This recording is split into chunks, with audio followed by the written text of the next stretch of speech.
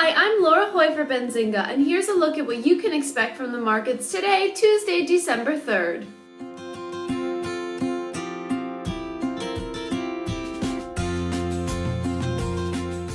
Just 25 days after Twitter's highly anticipated IPO, analysts gave the company mixed reviews. Merrill Lynch gave the company an underperform rating, saying it expects to see an 11.7% decline in Twitter's share price. Thailand's security forces have removed the barriers and allowed protesters to enter the country's main government compound in an attempt to prevent the crowd from erupting into violence. The protesters now occupy the lawn outside the main government house, but have promised not to enter any of the buildings. The Reserve Bank of Australia announced the result of its policy meeting today with no surprises.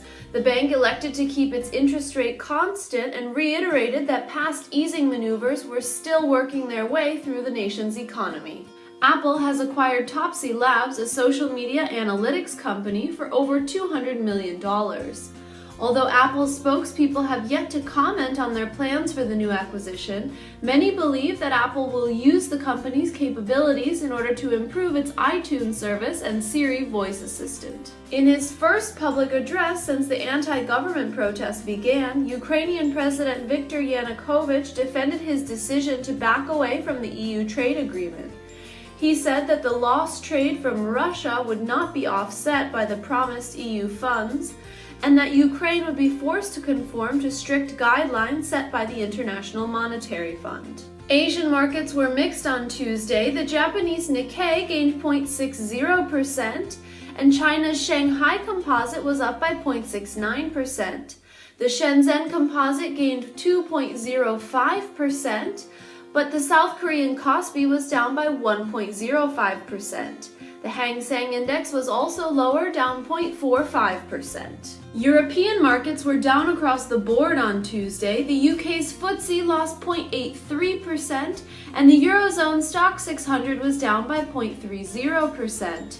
Italy's MIB lost 1.52%, and the Spanish IBEX was down by 0.94%. In commodity markets, energy futures were mixed. Brent futures were down by 0.03%, and WTI futures were up by 0.22%. Gold gained 0.16%, and silver was up by 0.03%.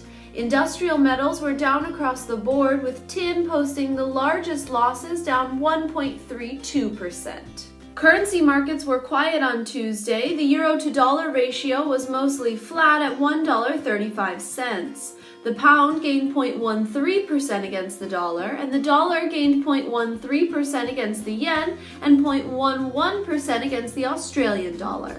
Tuesday's economic calendar will be a quiet one, with expected releases including Brazilian GDP, Eurozone PPI, British construction PMI, and US car sales. And that's it for today's Market Primer. I'm Laura Hoy for Benzinga. Good luck on your Monday trades.